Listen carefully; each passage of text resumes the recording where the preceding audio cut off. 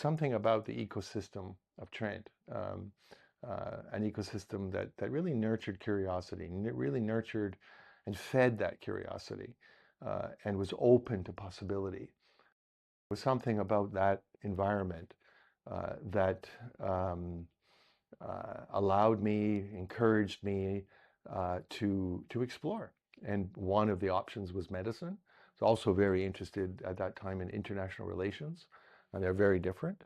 But I do find it curious that, if I look back on my career, I've actually combined both of those things in the work that I've done.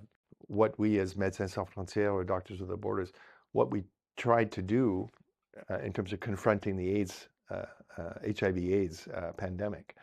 And at that time, it was a pandemic that was completely out of control and spreading voraciously, largely through the global South. And there was a treatment, but it was only available for people in rich countries like Canada and Europe and the United States. But at that time, there were 400,000 people on treatment, and there were 36 million people without treatment. And the disease was spreading. And so what MSF did, we launched a campaign called the Access to Essential Medicines campaign, and drove down the price of medicines from $12,000 US per patient per treatment per year to less than $200.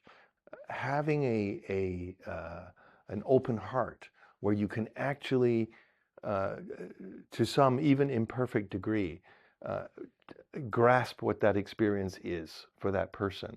I think that is so fundamental. It makes us better at what we do. If you start with compassion and you actually genuinely try to understand how that other person is experiencing their disease or their discomfort or whatever it is that is causing them suffering, actually trying to understand that, and then applying to that wisdom, the knowledge and skill that you have, which is very specialized, very rarefied, and doing so with a view to actually helping that person, not to filling out a form, not to seeing yet another patient before the end of the day, not to meeting your billing quota, any of that stuff, but to actually helping that person.